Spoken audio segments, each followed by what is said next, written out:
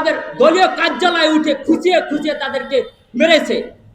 ওইটার বিচার যদি তাৎক্ষণিকভাবে এই উপদেষ্টা পরিষদ দিত, আজকে নিউ ইয়র্কের দুঃসাহস আওয়ামী লীগ সরকার কখনো দেখাতে পারতো না।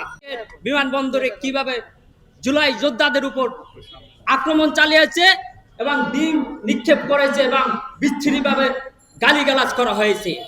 আমরা দেখেছি কিছুদিন আগে ডিম শুধু বাংলাদেশের আদালত চত্বরে, এখন ডিম আদালত চত্বরে নাই, দেশের গণ্ডি পেরে এখন আন্তর্জাতিক লেভেলে তার অনেক ভূমিকা রয়েছে।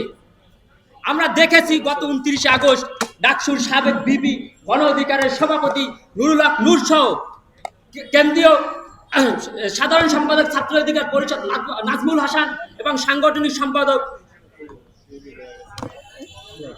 সম্রাট ভাই সহ অসংখ্য নেতাকর্মীকে কিভাবে এই দেশে আইন শৃঙ্খলা নির্মমভাবে তাদেরকে হত্যার উদ্দেশ্যে বিভিন্ন লাঠিচার্জ করেছে বিভিন্ন প্রকার, এবং আমাদের দলীয় কার্যালয়ে উঠে খুঁচিয়ে খুঁচিয়ে তাদেরকে মেরেছে।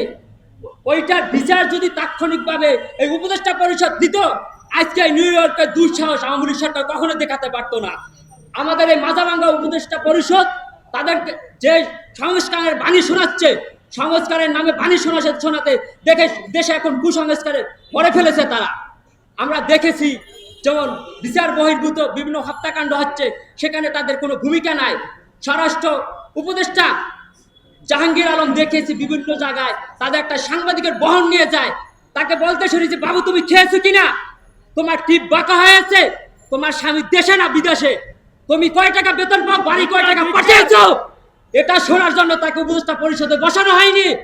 আমরা জানতে চাই আপনার কাছ থেকে, এই উপদেষ্টা পরিষদে বসে আইনশৃঙ্খলা বাহিনীর কত যোগ আপনি দেলে সাজিয়েছেন, জাতির সামনে স্পষ্ট করেন। এই উপদেষ্টা পরিষদ জুলাই যোদ্ধাদেরকে লাল কার্ড দেখিয়েছে।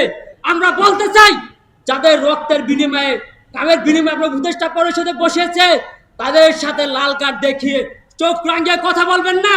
এই দেশের স্বৈরাচার আমরা হটিয়েছে 36 দিনে, আপনাদেরকে হঠাতে আমাদের 36 মিনিট সময় লাগবে না। সেই বাংলা সিনেমার ডায়লগের মতো আমরা বলে দিতে চাই, চুটিয়ে পাশা লাল করে দেবো, রং নামি বের করে দেবো ছাত্র সমাজের সাথে মস্করা করলে।